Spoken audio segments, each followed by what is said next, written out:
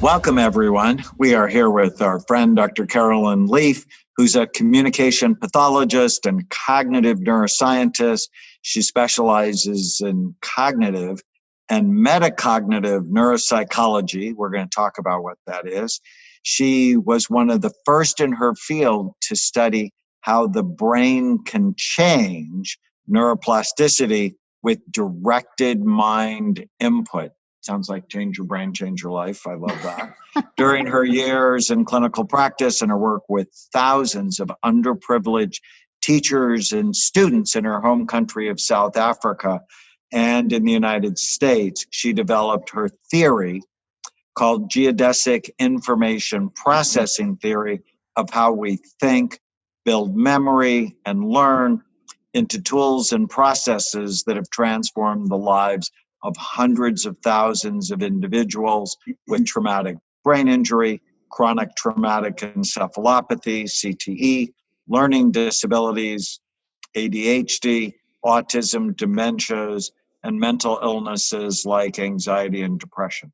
She's helped hundreds of thousands of students and adults learn how to use their minds to take back control of their mental health.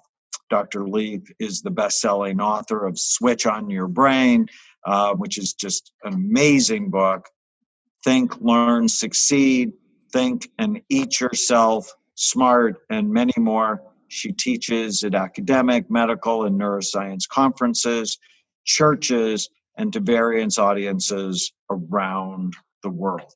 And today, we're going to talk a little bit about Dr. Leaf's background and also around COVID-19 and her perspective on how to stay healthy in a pandemic and how to prevent really the next pandemic, which is a mental health pandemic. Yeah. Welcome, Carolyn. Wonderful. Thank you. So great to have you. Oh, I'm so honored. Thank you so much. I'm a big fan. So it's wonderful to be talking to you. So as a communication pathologist, you really took this a big step forward on going after how you can literally change your brain. Tell us how you got interested in this. Well, it started in the 80s when I was initially doing my research. And I remember saying to one of my professors who was giving us this whole lecture in neuroscience on traumatic brain injury. And you'd probably remember those days, Daniel, in the 80s when we were told that the brain couldn't change. And I thought, well, something's wrong here because we all keep changing and growing and we respond to life. So logically, there's a misfit here. And I remember saying to my professors, you know what, I believe that if we direct our mind, we can change our brain. I don't believe our brain is fixed. So instead of teaching my patients how to compensate, I wanted to rather teach them how to learn again and change their brain and improve mental health and all that kind of thing. And I remember them turning around to me, except for two professors, turning around to me and saying, that's a ridiculous question. And I said, okay, well, let me prove it. So I took traumatic brain injury, which was there was hardly any research on traumatic brain injury in the 80s. Most of it just said, well, once you've got a damaged brain, that's it. And you know that history. So I'm preaching to the choir here. So I basically decided I'm going to take an area of research that I know is a problem, and I'm going to prove this on that particular group of people. So I started doing research in the area, working with people that are the worst that I could find, people that had been in car accidents and in comas for over 2 weeks. And I mean, you know what the neurologists used to say in those days, more than 8 hours in a coma, and that's it, you are pretty much no hope. And I started developing just very mind-directed techniques, being very, not just mindful, but going beyond mindfulness. So mindfulness was very much part of it, but really directing how you think and feel and choose around building your brain. So I focused a lot around learning, academics, whatever the person needed, whatever the need was. So if I had a patient who was at school, I would take their schoolwork. If I had someone who was an executive, I would take whatever was relevant to them. If I had whatever was relevant to the person, that would be the material that we would focus on. And then I would teach them very mind-directed techniques in order to be able to rebuild their brain. Work on that first, and then I would work on the emotional traumas that would then come up. And I found that as I worked on building the brain, helping them to learn how to learn, literally rewiring their brain, growing resilience, they were much stronger and more able to deal with the traumas that they were dealing with, the emotional things that started coming up, and we could deal with those in the same way. So parallel to developing building brain techniques, I developed how to manage trauma and emotional trauma techniques. And then I took that out into the field. I was in South Africa at that time, and I worked for 25 years in the worst of the worst areas. So I was in the time when it was pre-apartheid, then the transition with Nelson Mandela, and then the post-apartheid era. So it was fascinating because I went into the areas that no white woman could come out of alive. You went in there, you were shot, you were murdered, you were raped. I could go in there. I had 4 kids. I would be 9 months pregnant. I could drive around on my own. No one touched me because could go anywhere. We would set up lectures hall. We go to the local schools or the local community centers. We would have thousands of people just packing in, and I would just teach them about their brain and their mind and how you can use your mind and your brain can change and how to manage this and how to learn. It was unbelievable. I did that 3 days a week for 25 years with people that were starving, hungry, traumatized. It was phenomenal. We had one day, one young girl, I was teaching, there were thousands, and I was teaching one young girl, like literally crept to the front. They brought it to the front to me, and she was bleeding. So we thought it was her cycle, her menstrual cycle. But it wasn't. She had just been raped. And she had heard that Dr. Leaf, they used to call me the switch on your brain lady, Dr. Leaf was in town. She literally got up from that rape, came to the session, and the teachers at the back recognized her, and she wanted to take her to the hospital. She wouldn't. She said she wants to see me. They wrapped her in a blanket. They sat her at my feet, and she sat there for 5 hours. It transformed. I can tell you 1,000 stories like that, but it transformed my life. I worked in Rwanda, post-genocide. I worked in Rwanda, working with those people. So I have seen, and I've also worked with execs, and I've worked with all strata, every socioeconomic strata, but in the field. And what I was trying to understand was the power of the human mind. We have such resilience and such incredible ability, and our brain has to listen to our mind, and we have to go after our brain. I mean, that's your field. I don't have to tell you that. But we've got so much more ability than what we realize. And the research just continued from there, and I still currently do clinical trials working on this whole mind-brain connection. So it's a quick walk through my history. So the early work you did, what were the things you saw that worked to help people switch on their brains? What were some of the early connections you made to develop the practice you have now?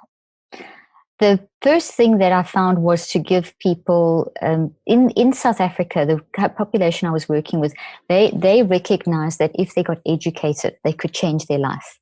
So their need was to learn how to actually master knowledge. So I started off by studying the science of thought and understanding what is a thought, how do memories and thoughts work, how can you build memories, can you build memories, can you actually wire stuff into your brain and improve how you learn? Is IQ fixed? All those kind of questions. So what I was teaching them was the result of that work, which was when you very intentionally direct how you learn, and you go through a very sequential process, anyone can learn how to learn. That's what I saw. So I taught them how to learn. I taught them how to take academic work. We would go into the schoolrooms where they didn't have chalkboard. They had a chalkboard, the old-fashioned chalkboards with chalk like this. We would take newsprint from the local newspapers and put them around the wall, and they didn't have textbooks. They would have one maybe amongst 100. So we would then translate all the text, the content they needed for whatever grade they were in, or whatever level of university, or whatever the college, whatever they were studying, and we would translate that into this 5-step process using the paper on the walls. And these kids would literally learn from there. And so it was basically helping them to take a chunk of knowledge, to first see the big picture. Let's say you were studying something like biology and you were studying a chapter, to get the big picture and then to break it down into chunks and to go through the process of building it up. What we found that as they started learning how to learn and learn how to write an exam, which is such a basic skill, or learn how to be more masterful in an academic, in a work environment or something, or learn a new skill so they could work better in the environment, then the trauma stuff started coming up. Then there was the next phase where we would always have a session where we would work on learning, and then we would take the same basic principles and work on emotional trauma. And it was all very directed. It was all very much capture those thoughts and don't let them go all over the place. In terms of trauma, it's capture those thoughts and embrace them and process and reconceptualize them. With learning, it was focus on the detail of the information and slowly but surely build that into your brain through a very sequential process.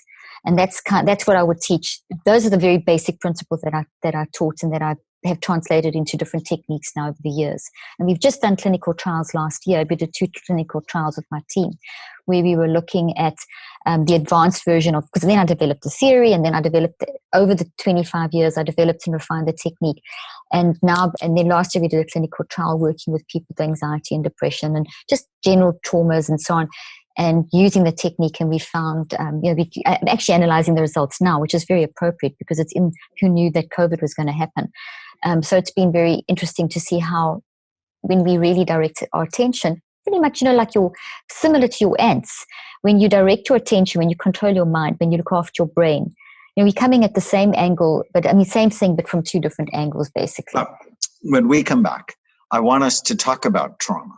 And because, you're practicing in an area where there's a lot of trauma. And now we're in the middle of a pandemic where there's, again, a lot of trauma.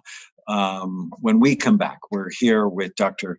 Carolyn Leaf, author of a number of books, but the New York Times bestselling Switch on Your Brain.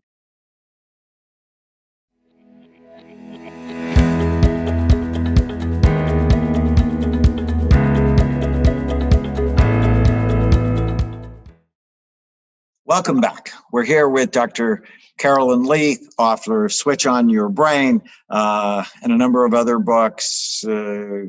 We're going to talk about trauma. And this is such an important issue now when you're in a global pandemic. But, your early life in South Africa, they were having societal trauma in many ways. And you helped many people who not only were starving, but also had gone through significant trauma. Talk to us about how your work helps that. Be specific with us, so the people who are listening often have had significant trauma in their past. Like emotional trauma, because I've heard you talk about the physical trauma, but also the emotional trauma. So great question, and I think that's very relevant. Pretty much my whole career has been involved with working with people in very traumatic situations and helping them to manage. And then also I've worked with many other different groups of people, and everyone has trauma. So that's the big thing. We've got to level the playing field. We all have trauma, but different. And I always look at sort of a scale and think, okay, you've got your bell curve, and there's the average ups and downs of life in the middle, and then we've got our outlying situations that happen on the extreme, and it's pretty much all of us. So one of the first things that I've always tried to address when it comes to trauma is to look within the societal group that you're in. So if I was working in Africa, Rwanda, wherever, it was always, you've got to look at the case study. You've got to look at the individual in their environment. And that's one thing that my clinical trials and things have shown me, is that we can never really group people. So and this may sound contradictory, but there's the first point is that we are currently at the moment facing, as we all know, the global humanity is facing the same issue. So as humanity, we're all globally facing the same enemy. So what's very interesting here is, if I brought that down back to my work in South Africa or Rwanda, they were a community also facing an enemy. So it's just now translated into a global situation. So it's kind of leveled the playing field, because there's no selection process in COVID. It gets you whoever you are, wherever you are, you're vulnerable. And it's that vulnerability that makes people feel so uncertain. So I believe that the very first place to address anything in terms of practicality, in terms of trauma, is to be comfortable with the uncertainty. And I know that people are talking about this, and how do you do that? It's really, from your work in the brain, and that's rare. And we see this. I use QEEGs for the neuroscientific work that we're doing, and we've been really looking at just how the non-conscious mind, which is really what you're feeling, your truth value, what you really are experiencing, is very quickly reflected in a QEEG, for example. And I know in the SPECT, you're going to see that too. You're going to see what's really going on. But our conscious mind, we can often convince ourselves that, we could try and lie to ourselves, and we can push down the truth, and then that creates tremendous conflict. So I think what a lot of us are doing at the moment is are in that conflict stage where we are fearful of the uncertainty and what's coming up and how it's going to change life. But at the same time, we're not really facing it. We are avoiding dealing with it. We're kind of pushing those feelings down and getting immersed in a toxic bath of just all the problems, as opposed to saying, okay, it's like, there are these problems. I know that they're out there, but I've got to be comfortable with the uncertainty because no one has really offered a decent solution yet. So therefore, the only way we're going to really be comfortable with this is to be comfortable with the uncertainty and then come together collectivistically and resolve this.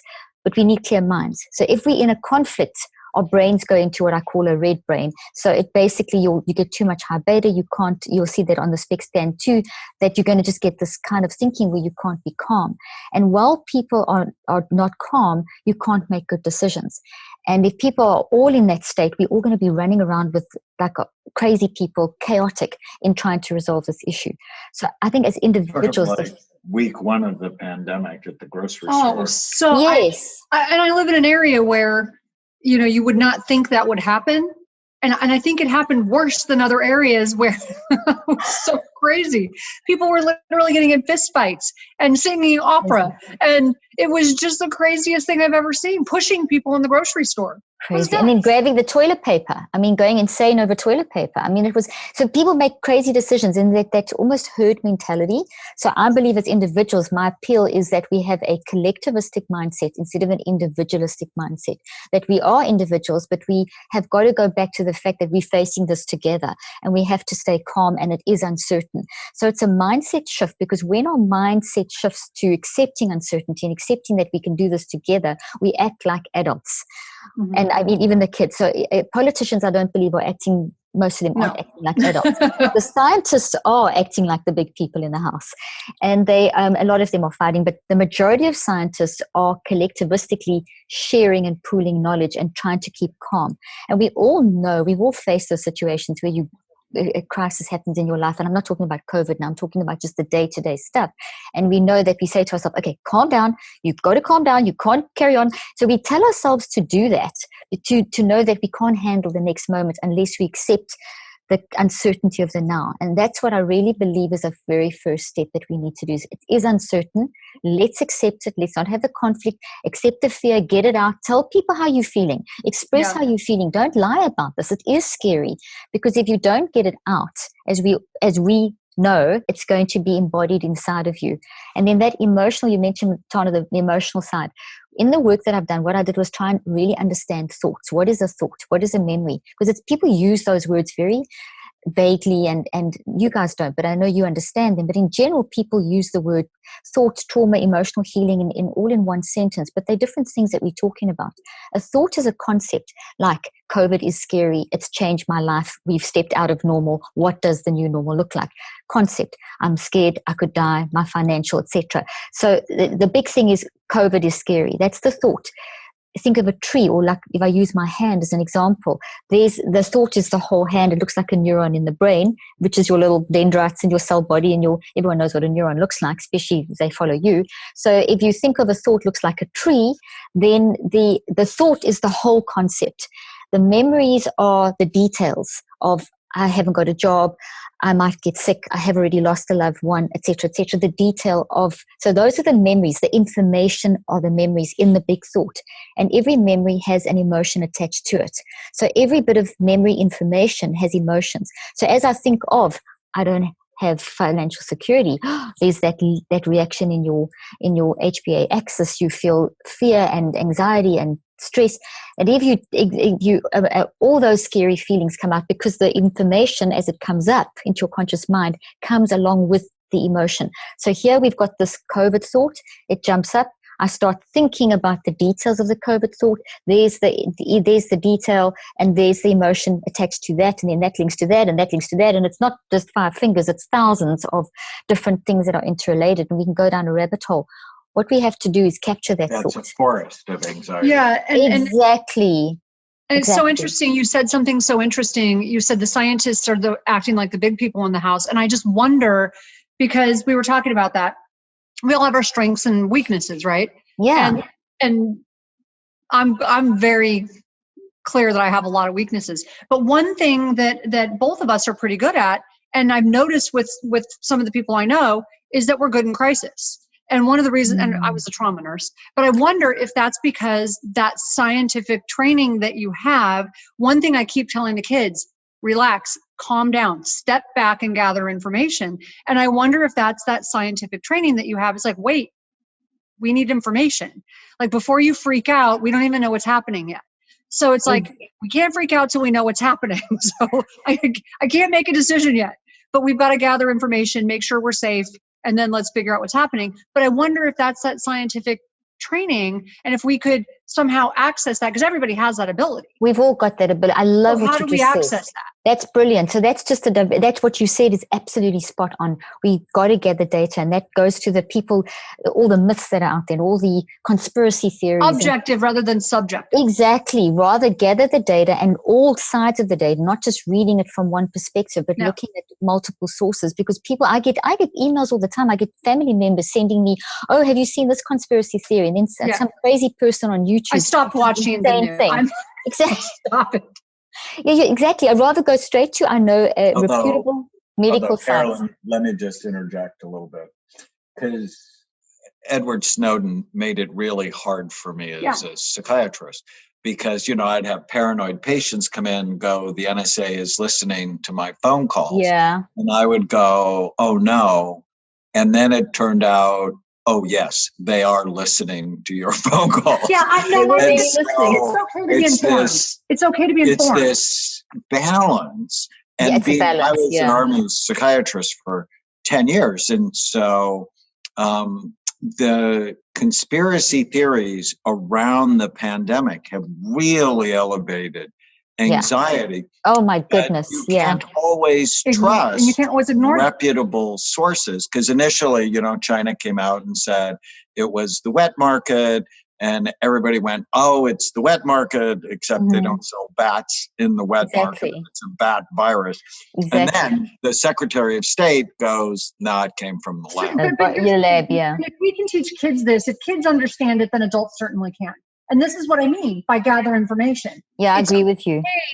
We don't want to be in the dark. We don't want to be sheep and just following people around. No. Gather the information. And I told the kids, I'm like, just gather information.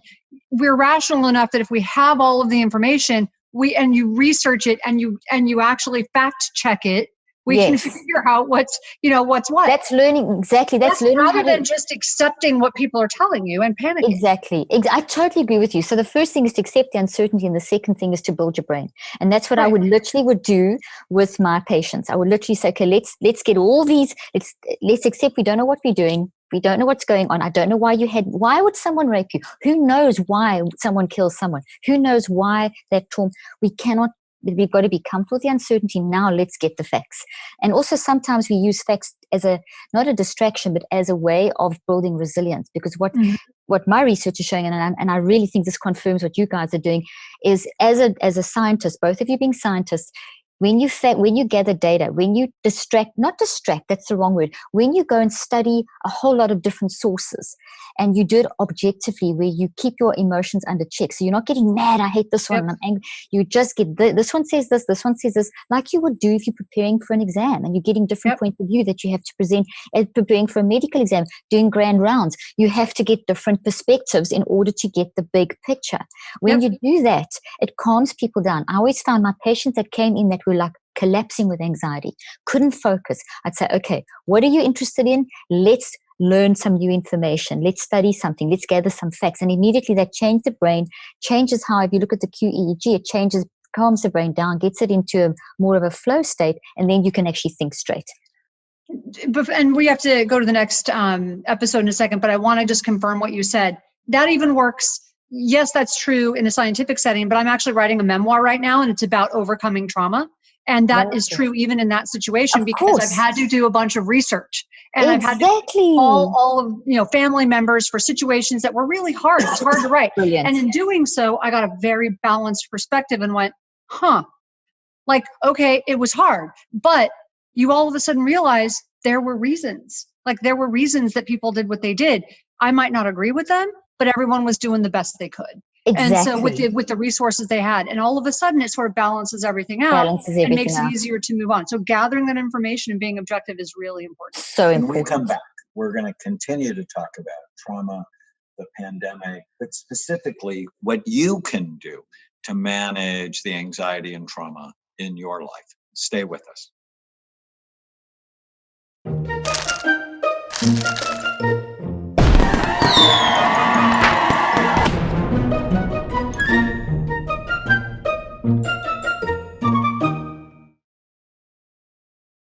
Welcome back. We are here with Dr. Carolyn Leaf, communication pathologist, cognitive neuroscientist, worldwide teacher, the author of Switch On Your Brain, Think, Learn, Succeed, Think and Eat Yourself Smart, which we're just huge fans of.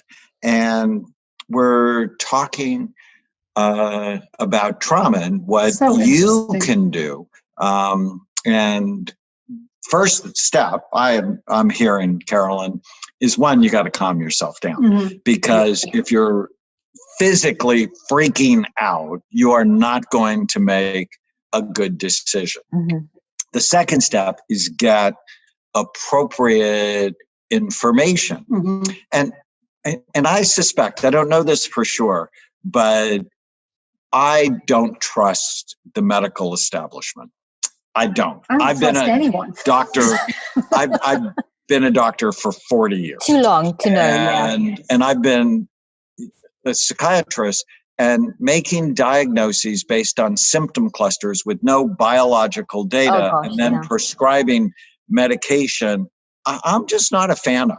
And in the pandemic, no one's talking about, at least you don't hear it at the president's briefings or from the CDC, that the United States is 4% of the world's population.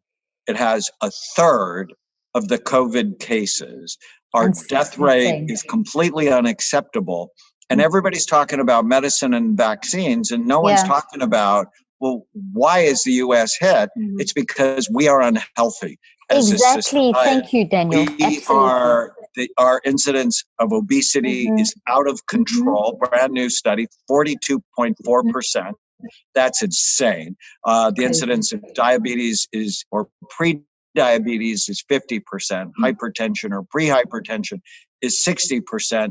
No one's talking. We're going to spend these trillions of dollars and really not focus on the underlying cause, which is our immune systems are weak because we are unhealthy as a society. And so to just go, oh, I'm going to stay at home until there's a vaccine is a bit insane, because what we should be doing is really optimizing our health and the health of those we love. Absolutely. And so I don't think I'm a conspiracy theorist, but I've been imaging for just about 30 years, and my colleagues go, you shouldn't do that. Why would you want more information? And so it's made me suspicious. Yeah. As a trauma nurse, I dealt with a lot of gunshot wounds, and bandages only hold so long. So you got to treat the actual wound, or it's not going to hold. Oh, I totally agree with you. It's going to explode somewhere in you. And I just, when you're saying that, I'm leaping inside with joy, because that's why I love you too, because I agree 100%. If we don't change our internal environments and recognize how important that is, alongside doing all the medical research for antivirals and vaccines, obviously, and finding the best way to reintegrate back into society and keeping our hands washed and social, that we've got to do all those basic things while we've got to build the army tent. You remember the old battles? Build the army tent. You being a nurse, put them in there in the temporary until you can actually sort out the whole issue. Put the Band-Aid on in a temporary state, but we still have to deal with the festering wound. And I think you've hit the nail on the head, is that it's internal environment. And I've been saying this as well for weeks now, that we've got to address, as you talk about the physical, we've got to eat properly and all that. We know that. And this country is, the modern American diet, 60 years ago when the modern American diet came in, at the same time the whole psychiatric change happened. So the way people managed mind, the simplest way to explain this is more or less 60 years ago, we started eating processed junk food. And then also at the same time, we started forgetting about the mind, and we started focusing on brain. Now you and I are totally in love with the brain. I mean, the three of us agree brain, but brain is controlled by the decisions you make with your mind to eat healthy, to exercise, to capture those thoughts, to do the ends, to do all, which is mind work. So the brain is reliant on how we actually look after it.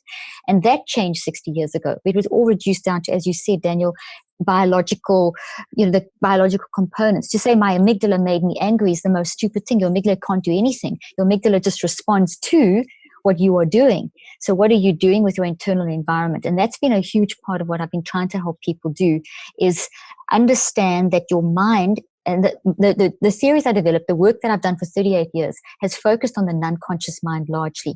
And the non-conscious mind, not subconscious, non-conscious, is 90% of who we are. It's our spiritual nature. It's your power that you have within you to think and feel and choose. And as you think and feel and choose, that moves through your brain. You can't do that without your brain. Your brain is your responder. It's holding all your thoughts. It's where the memories are. So you've got to have the mind and brain are separate but inseparable. So like you say, we've got to look after our brain. So the mind, you think and feel and choose, and that moves through your brain. Your brain is going to respond. Your body's going to respond. So in other words, we have huge responsibility to make decisions about what I eat and put into my physical brain and my body is going to impact. How I'm thinking while I'm eating is huge. We know the research shows that if your digestive system is controlled by your thought process. So if you are, simple example, totally anxious and you're eating that organic farm to table sustainable food, you're eating the right food, but if you're in an anxious state, your pancreas, which is only one part of your digestive system, is not going to secrete all the neuropeptides required for assimilation, simply because your emotional state has affected the functionality. Same thing with your mind. If your mind, the 150 years of integrative medicine has shown us that the mind impacts your stress system and impacts right down to the telomeres. I've been doing research with telomeres, cellular aging, your effectiveness and health of your cells. The way you're thinking is affecting all of that. So the 90% mind stuff is not being addressed sufficiently. What we have, and I listened, especially because of doing this podcast today, I was listening to an interview yesterday by mental health experts who were talking about what is going to be a pandemic in mental health, which I agree, but I think they've approached it wrong. What they want to do is set up a whole lot of more labeling, more medicating, making people ill, giving them a label of illness, and lumping mind issues and giving mind issues the validation of an illness. In other words, they're saying you have to make mind problems into an illness in order to validate them, which is insane, because when you throw mind out the door, which they did 60 years ago, and you just focus on brain and you try and treat anxiety from a pandemic as though it was an illness like diabetes, you've missed the boat. Because then you want to put it in a little box, wrap it up, give it a label, give it a medication, and now you must get better. But it doesn't, because we're dealing with a 90 to 99% of this huge individual response that each of us has, and the collective response that each of us is having to this massive change in our lives. And that's very anxiety provoking. And we can't just say that everyone's now ill. So the pandemic that's coming after this, like you so rightly say, is one of how are we going to teach the humans to manage their mind so that they don't freak out? Or we're going to have over-medicated people, or people living under another label. There's no logic to saying to you, you have a clinical depression because you've gone through COVID. No, you've gone through COVID. You don't have a clinical depression. You're depressed. It's so important. It's the 90 to 99% who you are. It doesn't need a medical label to validate it. Let me validate the depression you're feeling right now. Let me validate your anxiety. What worries me with the approach that's coming up is sticking people into the box of you have an illness. We're not going to treat it properly. We're going to tell people that we don't have enough resources. Meanwhile, we can help each other. Collectivistically, we can help each other process through. So we shift the whole view and see us as humans collectively going through this trauma. Some are going to experience it this way, some that way. It's all individualistic, but we can come together. Big we can handle it differently. Just win all the way around. Exactly. With, not only the medicine, the vaccines, but from a psychiatric standpoint, you're going to get a label, anxiety, depression, and then end up on an anti-anxiety drug that is damage your brain.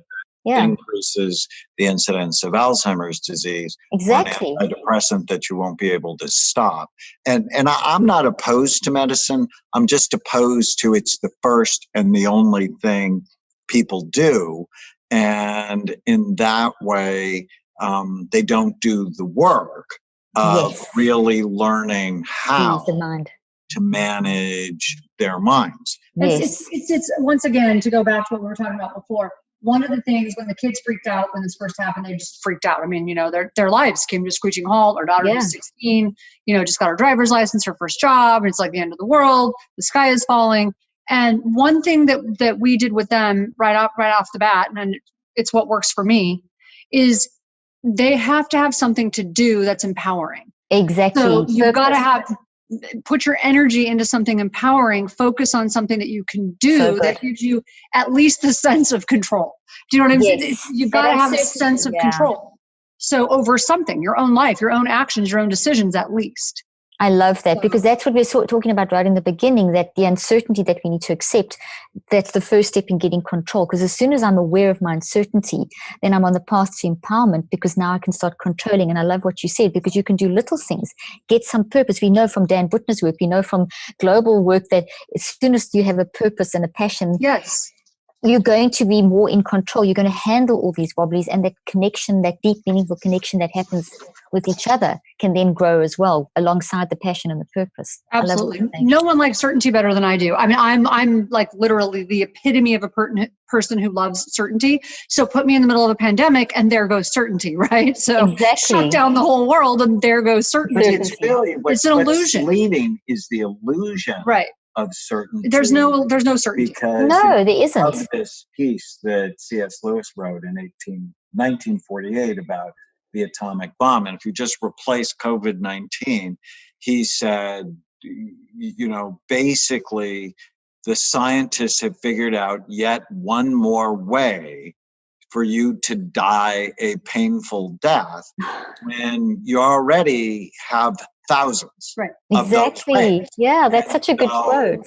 If the virus comes, it should find us doing sensible and human things. When we come back, we're going to talk. And Carolyn, what I would love for you to give our listeners are just the most practical tips you have learned over the last 38 years of helping people have better brains and better minds. Stay with us.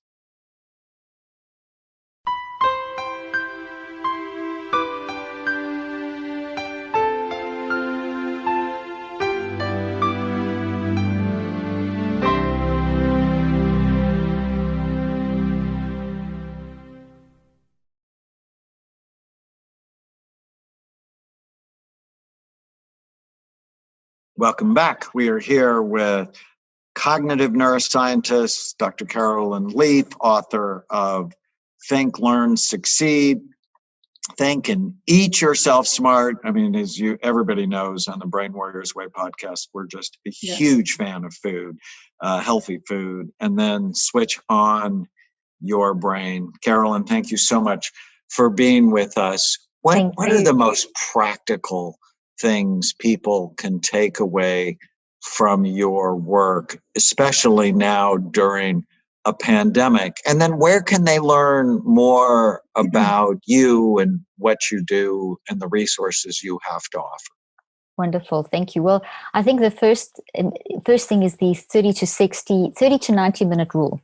And that's as you are hearing something, like reading maybe another piece of bad news, or someone tells you someone else has died, or there's another whatever news comes in, is not to react immediately to that, because as that signal of that information is coming in, as you guys know, your brain is adjusting. For the listeners, your brain is adjusting to this information. It's a quantum signal, it's a sound signal, your brain responds electrochemically and all kinds of things. So while your brain's in that state where it's processing and you're building that information into your brain as a structure, it's not a good time to respond. You're going to react instead of be proactive. So to try and use the 30 to 90 second rule, where you actually just don't say a word, just listen, just read, and get to that point where you can calm down and respond. That works brilliantly as well, considering we're all on top of each other in our homes. A lot of people with like in small spaces, and it can be, you're with each other all the time. So in terms of, because we get lots of questions, like I'm sure you do, about, wow, I love my daughter or my husband or my wife, but we are getting on each other's nerves. How do we handle toxic words and toxic people? The 30 to 90 second rule is, and I know it doesn't happen with you too. Each other's nerves. No, I think out of the whole house, we're the two that didn't. There you go. My husband and I are the same. We've loved it. We work together all the time. Yeah. So We actually have a rule in our house. It's a pandemic. You get a tantrum a week. Yeah. Now, I love that. More than a tantrum a week, and We're we gonna have to talk. talk about we have to talk about it. But Okay, if I love you that. like- I threw a tantrum last week, and he just looked at me and went, "Okay, honey, I love you." And he walked That's away. exactly- And I came back 10 minutes later, and I'm like, "I'm sorry. I love you. I'm sorry. See, That was my there you tantrum. go. I'm done." I love it. I love that. I love it. That's so practical. Well, here's another practical one that we've been doing, and it works really well, is have a COVID-19 area in your house. And that's the only area Oh, that's great. talk about COVID-19. And it works so well because as my youngest daughter, we were sitting and all having these dinners, and which have become quite a ritual. They always were, but half Italian. But now with COVID, they've even become more of a ritual. And we were talking about COVID nonstop. And my daughter said, I've had enough. Yeah. So we have one area in our house, and that's what I recommend people do. One area in your house where you talk about COVID. And then also in that time, limit the time, and then talk about not just the negative, but also the positive. Even if you can't find a positive, there's something. We still got each other. There's always something. Always end the conversation on something positive. And there's always something positive that we can have. Yeah. I find So a lot. we actually limited it so that we can't talk about COVID at dinner, because that's our big gathering time where we all sit together. So there's no COVID talk at dinner anymore, because initially that's all it was. It's like, what is happening? We don't know what's going on. Gathering information, talking about it. And all of a sudden we realize this is really unhealthy. And so we're not going to do that anymore. We can have our time, during the day that we talk about it, we gather, we talk about it, but we're not talking about it at dinner. And like you said, we talk about the positives. Like, I realized life was moving too fast. I like moving slower. I like the dinners together. Yes. I like all of this stuff. Exactly. So that's what I'm focusing on. I agree with that too. And that's, I love that. And what you've just said, life is better now in terms of certain things. And that's why I think we've got to think this going back to normal. It's one of the things we were going to maybe discuss. And that would be a third practical point is I don't want to go back. Stop thinking to go back to normal. Cancel that from your mind. And what was it? It wasn't very nice anyway. So yes, the financial and the health wise, we're going to move forward. We can't go backwards because backwards didn't help us now. We have to move forward. Right. So that's something is to think, don't try and go back, but go forward. So don't look for what's the new normal. Just look for how can we creatively reconceptualize what we're doing now.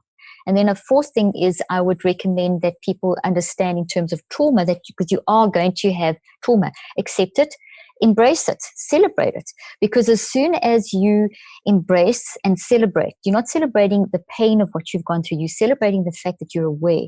From the research that I've done on the conscious and the unconscious mind and the neuroscience stuff is you can't change something if it's shoved down into the unconscious mind. That is shortening your lifespan. That is causing all kinds of chaos and damage. You need to embrace how you feel, and you need to not stay stuck in just embracing. People are quite good at saying, I feel scared. They're being very encouraged. A lot of psychologists and a lot of mental health experts have been advising people to express how they feel. I'm saying express how you feel and process it. So go through it. What are the detail? Go through the detailed steps of what does this mean? Process through, not just I feel scared, but be very specific. And then reconceptualize, which means redesign. Look at it differently. I can't do what I used to do. I can cry over spilt milk and throw endless tantrums, or you can throw one tantrum a week and move forward and reconceptualize and design. And what I did with all that, over the years, all these techniques I developed, I put into the main technique that really drives the mind to drive the brain to rewire is a 5-step process that I developed that's based on the neurophysiology of how thoughts form inside the brain. And that's called the 5-step process, very simplistically. And you were asking where people can get their hands on that sort of thing. So, I can show you, we've got an app called Switch. I don't know if you can see this. We can send you the details. But I've put the 5 steps, and I can tell you what the 5 steps are. So the app is called Switch? Called Switch, and it's available wherever, Google, iTunes, the normal place. And it's an audio-driven 63-day program. It's all, you keep doing it. It works in cycles of 21. So changes in your brain happen in cycles of 21. What I did was a lot of work on how does a habit form. and that cycles of neuroplasticity. And if you're going to really change something, it's not going to change overnight. We all know that. We all know little habits. We all know that. But how long does it really take, which has been 38 years of my work? And it's cycles of 21 days. So it takes 21 days to build a long-term memory, but it takes 63 to build a habit. So therefore, I've taken that concept and put that into, if you're learning for school, you're going to have to work in those cycles to really build knowledge that is going to stay in you, that you can actually use. I used to train medical students for years. For 25 years, I'd go in and teach medical students how to learn all the information, just as a side note, with you being in the medical field. Then also, if you're detoxing a trauma, it's going to not take 4 days, where people give up mostly after 4 days. It's going to take at least 63 days to heal a trauma. It's going to take, so these things that we're going through now, as we transition, we're in the initial stage. We've been in it now for almost 6 weeks. We've kind of built a long-term memory. We've almost habituated. We've almost automatized this way of functioning. So we've actually already entered, which is good news, entered into a new way of thinking. So now we have to just unpack what that looks like in each of our lives. And as long as and that takes that 63 days. So in terms of cycles of, so in terms of what I teach in here, and also in Switch on Your Brain, is the version that's there's the descriptive version of what's in the book. This book, I teach how to learn. I mean, there's tons of, these 5 steps are in different versions in the book. The app is easiest because it's audio driven. But essentially, it's the first thing is you've got to be aware. You've got to gather awareness. The second thing is you've got to really focus your reflection on finding, you've got to dig deep into the unconscious mind to find out what you need to process. We've got to write things down. Your brain writes genetically. When you write things down, it does all kinds of things, as you know, to bring things out of your brain. You've got to recheck. You've got to work on reconceptualizing, which is redesigning, seeing it differently, and then you've got to practice doing that. And these 5 steps can be done in as short as the research I've done shows, in short as 7 to 16 minutes a day over cycles of 21 days. And that's how you can really practically learn to deal with the trauma that we're going through in this current time, and any traumas from any stage. That's what I did with my patients for years. So I used to go into the township areas, into Rwanda. I would teach these 5 steps, how to learn, same 5 steps, slightly differently, how to build your brain, and in the same 5 steps, how to detox your brain. So you've got to, using our mind to fix our mind, to fix our brain. So let's use a practical example, me. So the pandemic has been sort of a wild ride for me. From, I have 8 clinics around the country. Yeah. I have one in New York that we actually had to close for 2 weeks because one of our employees ended up on a ventilator with COVID-19. And then my parents got sick and ended up in the hospital together. And then they came out. But my dad really never got completely well because he had other medical things. And last week he died. Oh, no. I'm so sorry. My condolences. And I've been teaching people about grief and how to manage it and how to manage my thoughts. I love what you've been calling it. He's doing a series called Good Grief. And it's been really that's good. And it's not funny, but it's odd when, I post, because I've been posting almost every day. If my siblings hear me say something not complimentary about my dad, because he was brutal in bites. He was a very powerful man. He's a very powerful person. That they get upset. And I'm like, no, good grief is telling the truth. And the truth is, his last years, he was one of my best friends. I mean, he was Tana and my dad.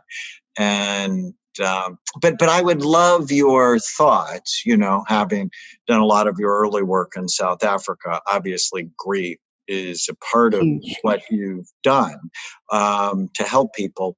What are some of the strategies you use to help people process grief? And I imagine it's very similar to that 5-step process you just outlined.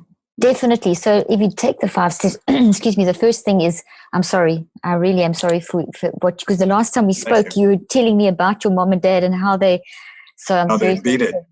Yeah, no, it's still an incredible story. So there's the first part is gathering awareness, the fact that you actually are not pushing it down, you're going through, you're getting it out. The stages of grief that people talk about, they aren't actually linear. They don't happen in that nice little neat package. It isn't actually how the lady who developed it, her name's gone out for a second. It's actually a much more fluid process. So that's the first thing, is we've got to get it out in our time that we're ready. So not all of us are going to be able to talk about it straight away. So some people, like maybe your siblings, some of them are not dealing with it as like you are. I mean, you're talking, some of them might push it down a little bit for a while, but at some point we do have to get it out. So that's the gathering awareness of, where am I at? Do I want to talk about this now, or in a month's time, or in 2 weeks' time, or do I want to talk to who? Do I want to tell everyone? So part of what you're doing is you are gathering your awareness by translating it into what you naturally do, which is teach people. You transfer your knowledge, and that's how you process, which is brilliant. So your reflection, the second step, is you've taken this grief and this death, and you've turned it into lessons. So you're processing by teaching people. So it's almost like the steps you're going through. So the second step, that you reflected on your pain, and you've turned that into step 3, which is like a set series of lessons. And as you are teaching them, you're kind of in that 4th step recheck, because as you're teaching them, I bet you as you talk, you learn more and more and more, and you're getting healing coming. And then the actual teaching that you're doing would be the 5th step. That's your active reach. You're doing something. So before you started your teaching process of these series of grief, you would have gone through those 5 steps, because you go through them every time. You literally go through them. These numbers are insane. On an unconscious level, you go through those 5 steps at 400 billion actions per second. Just before you're consciously aware, you're going through them. Just 10 seconds before you're aware of doing something, at 40, you literally are at this. It slows down a little bit. By the time you're conscious, you're actually going through those 5 steps 40 times a second, but you're only aware of it every 10 seconds. And so that means that when we go into this 5-step process, we start training ourselves to become very aware of the every 10-second moment, which is living a very self-regulated life. So translated, the most simple basic thing is being self-aware. That's all those numbers simply translate into being self-aware. Self-awareness enables you to bring healing between the non-conscious and the conscious mind. The non-conscious mind is your truth value. The pain of losing a loved one creates tremendous confusion of energy, and energy is not something weird. Energy is what keeps us alive.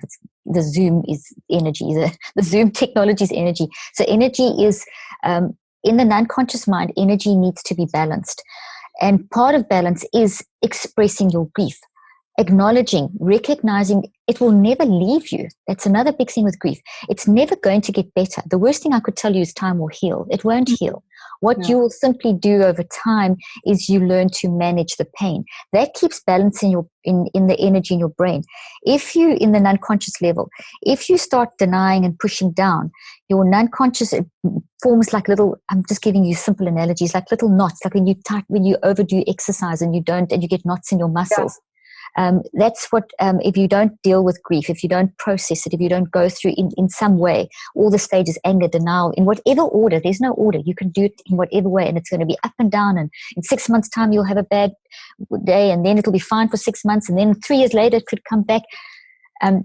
If we don't allow ourselves to process that, we build up these clumps of energy, and they send little warning signals through your subconscious into your conscious mind. And every 10 seconds or so, you'll be aware of, I feel anxious, I feel edgy, there's something not quite right. This is what trauma does, any kind of trauma. Grief is a trauma. And if we become self-aware and train ourselves to become self-aware, we can listen to those messages of the subconscious mind, which is then telling us the root of the issue that we need to just unwind. And part of grief is not, I have to get over it. I have to just go beyond. It is accepting it's always going to be with you. So great techniques for grief are remembering the good times. When you're feeling really sad, cry when you need to cry. Feel the sadness. You're human. It's beautiful to feel the sadness of grief. It shows you what relationship you had. We're scared of grief, but we must embrace grief because it shows the beauty of the relationship that you had with that person. So when you feel that sadness, you can also, just to balance and help yourself, think of a really fun time or a really good example of just a great memory, especially like around Christmas and birthdays when it's really hard, is just express the emotion and then grab onto some happy memory, which can kind of just bring that balance back again. Which is really nice. Then the other thing is to allow space. Like sometimes, like my dad died in actually 9/11, literally a month after. They were in New York when 9/11 happened. Went back to South Africa, and he died a month later, which was total shock to everyone. But my mom remarried, and I know when she remarried a few years later, she said to me the one day, I really battled with, I still love Dad, I still love your dad. I said, Mom, it's okay, you've got space for both. And that's what we need to understand with grief. If you remarry, or if you find that you find now you transfer that need, or that what your dad met in you, you might have a mentor or a friend who seems to be fulfilling it, but it's not replacing. It's just you've got another space. So you can You're not being disloyal. Exactly, not being disloyal. You can hold two people you can love two people at the same time. You can love the person who's died, and you can love the new husband or the new mentor, whatever it is, holding them in those spaces. So that's a couple of things that I would recommend. Thank you so much. I found, because good grief, you do cry because you're sad. And I have his voicemail saved on my phone. So when I need to cry, I come in his office and he's listening to it. I did that for my Daniel. I did that with my dad when he died. I've still got it now. It's how many years later, and I still have that recording. And it was such comfort. And for years I listened to it. So that's and I'm doing his memorial service. And so I've written him a poem that I'm really excited about, because it's really how he continues to live. And even though he died, he continues to live not only through me, but I have 6 siblings and 50 nieces, nephews, his grandchildren and great-grandchildren. Well, and I think it's really special because your early years with your dad were more difficult. And so to see that you have resolved that, and you're so beautiful. And this grief process is one where you're realistic about your relationship with your dad, but it's also with fondness that you're able to do that. And it's just been, it's interesting. I love the realistic bit. That's great, Tana, that being realistic, being honest. Some of we talk about the bad times too. You don't just suddenly have to pretend everything was great. No. Because not everyone is great all the time. Because you can validate your own. Well, and the last line in the poem is, and he was perfect for me, because I really like how my life turned out. You have so much of your dad in you. Sometimes I laugh because his dad is very strong. He's an overcomer. He is, he's a powerful man. And I'm like, sometimes he would say these things, why his dad annoyed him when he was young. And I'm like, really? Because I see that in you. That mirror image happening. The goat. Okay, stop. All right, we have to. Now you just left them with something that they have no idea what you're saying. That is so. Carolyn, we're so grateful for you and for your time. I'm glad that we've been able to get to know each other. Yeah. I'm too. Yeah, I'm so excited, and I hope we can keep connected. It's just lovely talking to you, and I just love what you're doing and what we collectively trying to help everyone, which is so great. Yes. You're doing a great job. So thank you. I'm so excited to connect with you finally. Well, we will post these links, and Dr. Carolyn Leaf, author of Switch on Your Brain. You can also get the app at the App Store called Switch. She's also the author of Think, Learn, Succeed, Think and Eat Yourself Smart. We are grateful to you. Stay safe. If you're enjoying the Brain Warriors Way podcast, please don't forget to subscribe so you'll always know when there's a new episode. And while you're at it, feel free to give us a review or 5-star rating, as that helps others find the podcast. If you're considering coming to Amen Clinics or trying some of the brain healthy supplements from BrainMD, you can use the code podcast10 to get a 10% discount on a full evaluation at amenclinics.com, or a 10% discount on all supplements at brainmdhealth.com. For more information, give us a call at 855-978-1363.